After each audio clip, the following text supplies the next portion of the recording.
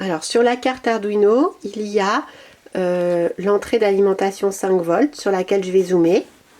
Donc qui est, comme vous le voyez, cette branche-là. Donc là, il y a quelqu'un qui va relier la branche 5 volts à la breadboard avec un fil rouge.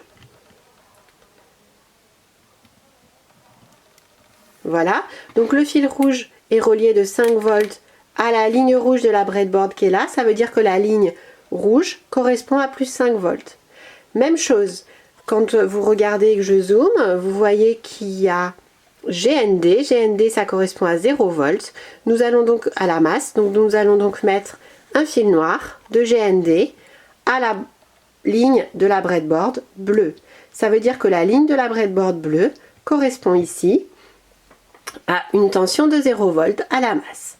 Donc si on fait le schéma du montage qui est représenté sur l'activité, nous allons sortir de la plus 5 volts et mettre la photorésistance. Voilà la photorésistance que l'on va mettre. Cette photorésistance, donc on va la mettre dans 2 minutes en sortie des 5 volts, d'accord, et sur un point du circuit.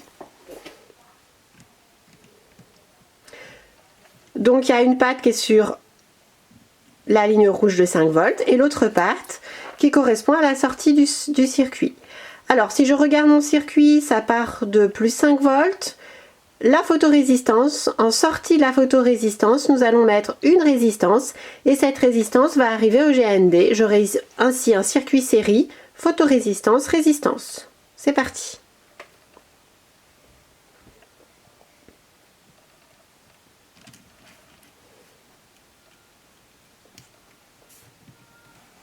Impeccable. Donc nous avons notre circuit série, donc je sors de plus 5 volts, photorésistance, puis résistance, puis fermeture du circuit sur la borne GND. Nous allons maintenant prendre un petit fil en sortie de photorésistance, c'est-à-dire entre la photorésistance et la résistance, et mettre ça à la voie A0 de la carte Arduino. C'est parti.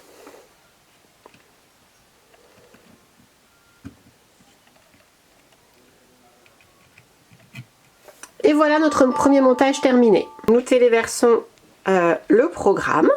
Donc le programme est dans la carte Arduino, dans le microcontrôleur, et nous allons regarder ce qui est indiqué sur l'écran de l'ordinateur. Donc quand la photorésistance est éclairée, on regarde les indications données sur l'écran de l'ordinateur, c'est-à-dire le port série. On remarque que ces valeurs sont des grandes valeurs, donc on voit la première valeur à 297, ça monte jusqu'à 411. Nous allons maintenant cacher la photorésistance avec du carton, c'est-à-dire que l'intensité lumineuse est plus faible, mais ça n'est pas le noir complet. On remarque sur le moniteur série des valeurs qui ont baissé, donc on voit qui valent 1, 2, 3 ou 4. Maintenant, nous allons faire le noir complet en mettant un morceau de carton avec du scotch noir sur la photorésistance et on remarque que le moniteur série indique bien 0. Nous venons donc de mettre en évidence le fait que la valeur indiquée sur le port série dépend de la valeur de l'éclairement reçu par la photorésistance.